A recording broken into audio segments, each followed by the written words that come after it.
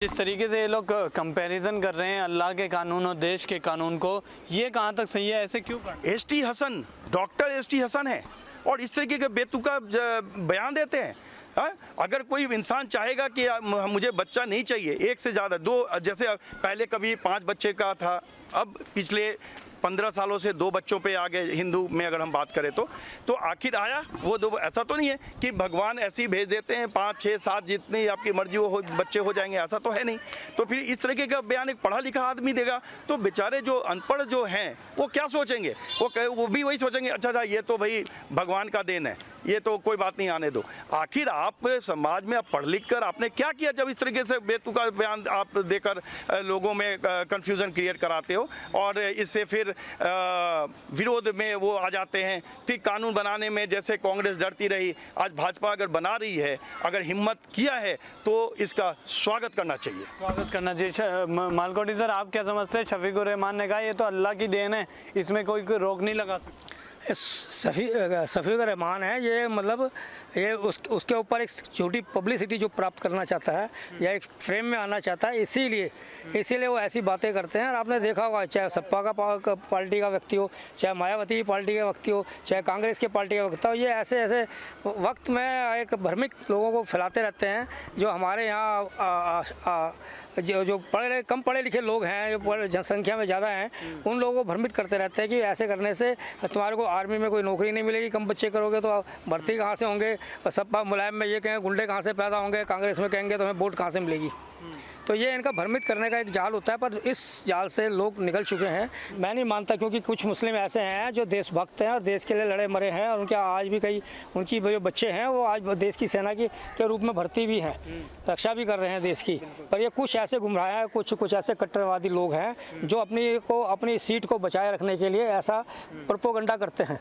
मैं तो ये कहना चाहता हूँ सीधा कि जो हमारा कानून बना है, सबके लिए कानून एक बराबर है। आप देखिए ना, योगी सरकार में कितने भूमि माफियों को कितने उनको सजा मिली है, तो ये कानून के तहत ही मिली ना, उनको सुविधा तो नहीं मिली, फैसिलिटी। तो अखिलेश के राज में क्या होता था? गुंडा राज पलता था, उनको फैसिलिटियाँ मिलती थी। मायावती के राज में भी गुंडा राज पलता था, उनको फैसिलिटियाँ मिलती थी। कांग्रेस के टाइम पे सिर्फ मुस्लिम वोट के ऊपर ध्यान दिया जाता था, कहीं होता। और उनका अब छोटा भाई आ गया केजरीवाल भी उसी रास्ते में चल रहा है। केजरीवाल भी यही रोटियां पका रहा है, हर जगह जाके वही मुस्लिम रोटियां सेक रहा है। पर मैं जानता हूं कि सारे मुस्लिम नहीं है, सब जानते हैं कि ये जो नेता लोग हैं, जो प्रमुख लोग बन गए हैं किसी भी तरह से, या उनके भाग्य में रेखा थी बनने का, इसलिए वो सांसद बन गया, कोई मुख्यमंत्री बन गया या कोई मुख्यमंत्री रह चुका है, तो वो इसलिए वो सोचते हैं कि हर बार हमारा ही पत्ता तुरुप का खेला जाएगा और हम इसी तुरुप का चाल चलेंगे। पर अब वो नहीं होने वाला है। अब दलित विभाग के लोग जान गए, छोटी जाति के भी समझ गए, इन्होंने हम पर कार्ड खेला है और इससे सक्सेस होते थे, अब वो उनको सक्सेस नहीं होने देंगे। ये सरकार को उन्हीं को चुनेंगे जो काम करते हैं, सभी का हित का ध्यान रखते हैं, सबके स्वास्थ्य का ध्यान रखते हैं, और उन्हीं के लिए ये वोट जाएगा। जब से मोदी सरकार आई है, मोदी सरकार ने, अब ये उसका 7वां साल चल रहा है, उन्होंने उनका काम देखा कि सबका साथ सबका विकास, और योगी जी उसी कदम पे चल रहे हैं। मोदी जी के जो सरकार के है उस कदम को पूर्ति करते हुए उन्होंने सभी वहाँ पर किसी भी जाति का हो, निम्न जाति का हो, छोटी जाति का हो, ऊँची, सबको एक बराबर एक कानून के अंदर उन्होंने तोला है और सबको वही मदद और सहायता उनकी तरह से गई जितनी उनको ज़रूरत है। लेकिन ये कन्फ्यूज़न क्यों पैदा करने की कोशिश की जा रही है? क्या मंशा है? ये कन्फ्यूजन करने का सीधा तरीका है,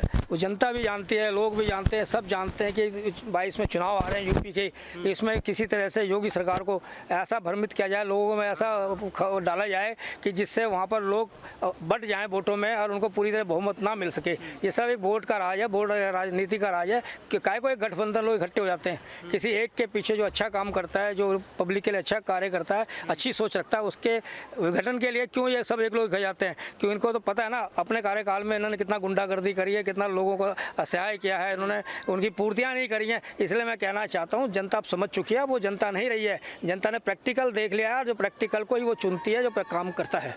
सिन्हा जी, क्या समझते हैं? चुनाव है, इस वजह से ये सारा भ्रम के बयान दिए जा रहे हैं, या क्या यही कारण है? तो अगर चुनाव है तो योगी जी को क्यों नहीं इससे डर? ये चुनाव है, ठीक है, इनका कहना है कि समय को क्यों नहीं देखा गया? अरे भाई 50 वर्षों से नहीं देखा गया, अगर ये अभी भी अगर कर रहे हैं तो ये इसमें समय का क्या है? जब भी करो, जब जागो तब सवेरा। अगर जाग गई योगी जी कि नहीं ये जरूरी है तो अभी कर दिया, तो हम इसको क्यों ले चुनाव से इसको कोरिलेट कर रहे हैं? हम इससे कोई संबंध नहीं है चुनाव से, ठीक है? आपको लगता है ऐसा, आपको लगता रहे, लेकिन अगर उन्होंने ये कानून जिसके लिए सभी को बहुत दिनों से इंतजार था, अगर इसको किया जा रहा है तो इसमें गलत क्या है? लेकिन इसमें क्या है कि समाजवादी पार्टी का इतिहास सभी को पता है। अब ये यही कहना इनको अब देखो पीछे वैक्सीनेशन पे क्या हुआ था, अखिलेश यादव जी ने क्या कहा कि भाई वैक्सीन मत कराओ, ये बीजेपी का वैक्सीन है। आज क्या हालत हो गई? आज खुद वो अपने पिताजी मुलायम सिंह यादव को लेकर वैक्सीन डलवाए गए, खुद लिया और अब प्रचार कर रहे हैं। तो आपने लोगों को क्यों भ्रमित किया? क्यों? आपके कारण बहुत लोग मारे गए। आप मोदी सरकार और योगी सरकार पर दोष दे रहे हो, लेकिन सच्चाई है कि आपने गलत और कुछ और दूसरे राजनीतिक दलों ने यह भ्रम फैलाया कि ये वैक्सीन मोदी की वैक्सीन है। ये साइंटिस्ट ने तैयार किया था, इसे मोदी की वैक्सीन कहाँ से हो गई? अब क्यों लगवाने चले गए? उसी तरीके से आज तुम जब कानून बन रहा है तुम उसका विरोध कर रहे हो और दूसरों में अपने समाज में ये भ्रम फैला रहे हो। हाँ, और मुझे मालूम है कि बाद में तुम भी यही कहोगे कि नहीं नहीं ये सही था, ये सही हुआ। लेकिन भाई आप पढ़े लिखे हो, आप समाज में इस तरह का भ्रम नहीं फैलाओ। मतलब समाजवादी पार्टी को लगता है जैसे उसमें नेताओं को संविधान पे कोई भरोसा ही नहीं है, हम जो कहते हैं वही होना चाहिए। हर ऐसे कानून पे इनका विरोध शुरू हो जाता है। क्यों शुरू हो जाता है? कभी हिंदुओं में नहीं हुआ, हिंदुओं में भी 4-5 बच्चे बहुत लोगों का है, उनको भी करना चाहिए था, लेकिन कोई नहीं कहता। आप ही क्यों कहते हो? इसमें ये समझने वाली बात है। तो ये जो ऐसे जो एसटी हसन हैं और वो सफरुर रहमान हैं, इस तरह के नेता हैं, इन लोगों को मतलब ऐसा है प्रतीत होता है कि वो कहते हैं कि भाई समाजवादी पार्टी को लाओ और शरीयत कानून को आ जाएगा। ये उनके अंदर में जाकर दिमाग में बैठाते हैं। ये क्यों? एक देश एक कानून रहेगा, सबके लिए रहेगा वही। मैं भी नहीं कह रहा हूँ कि मेरे अनुसार कोई कानून बने, भाई सबको जो मंजूर है सबके भले के लिए, देश के भले के लिए वही कानून बनना चाहिए। क्यों हम बोलेंगे इस तरीके का काम हम करेंगे जिससे विभ्रम की स्थिति पैदा हो? लेकिन आपको क्या लगता है कि शफीकुर रहमान लगातार इस तरीके के विवादित बयानों के लिए जाने जाते हैं? पहले बोलते हैं हम वंदे मातरम नहीं बोलेंगे, अब ये इस बदला अल्लाह की देन है बच्चे, और अभी एक बार नहीं 2-3 बार पिछले 2-3 महीनों में इन्होंने इस तरह के बयानबाजी कर दी है। क्या लगता है कि ये चुनाव से पहले जनसंख्या नियंत्रण को एक मुद्दे के तौर पर पेश करना चाहते हैं यूपी की जनता? क्या? हाँ, ये सब वोट की राजनीति है।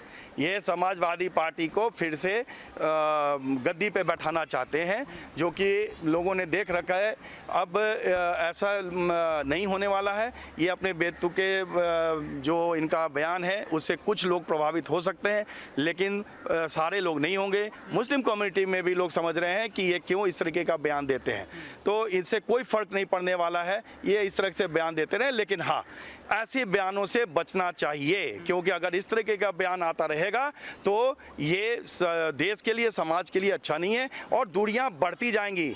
ये इन लोगों के दिमाग में ज़रूर बैठना चाहिए कि आप दूरियां बढ़ा रहे हो, इसको अंत में आपके ऊपर ही, आपके सर पे ही पड़ेगा। इसलिए ऐसे ऐसे बयानों से इनको बचना चाहिए। ये इतिहास रहा है, जब भी इस तरह का कानून बनता रहा, ये ऐसे ऐसे नेताओं ने अपने बेतुका बयानों से देश में एक कन्फ्यूज़न खड़ा कर देते हैं। और एसटी हसन हैं, इनके ये जो भी कानून बना पीछे, उसमें हर समय इनको अपना बयान देकर शायद अपने को चर्चित करना चाहते हैं, फेमस करना चाहते हैं, ऐसा लगता है।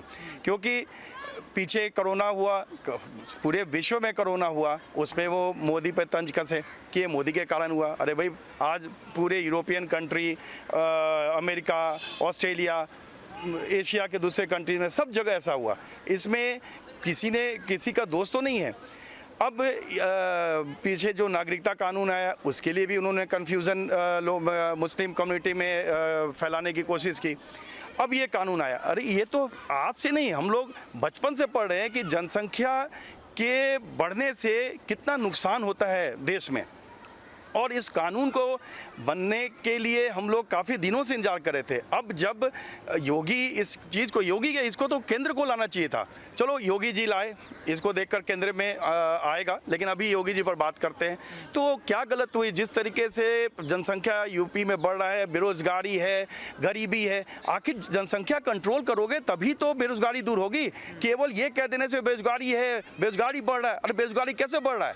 बेरोजगारी जनसंख्या बढ़ रहा है इसलिए बेरोजगारी है, इसलिए गरीबी है, इसलिए जो भी जितने भी गंदगी है समाज में, ये सिर्फ और सिर्फ जनसंख्या बढ़ने से, क्योंकि क्षेत्रफल हमारा वैसा ही है रह गया, और नहीं तो संकुचित ही हो गया। पाकिस्तान अलग हो गया, बांग्लादेश अलग हो गया, अफगानिस्तान हो गया। तो ये इस कंट्री में जितना क्षेत्रफल है उसके हिसाब से जनसंख्या जिस तरीके से बढ़ रहा है, अगर हम कंट्रोल नहीं किए तो फिर ये कैसे हम इकोनॉमिक अपने कंडीशन को बेहतर करेंगे।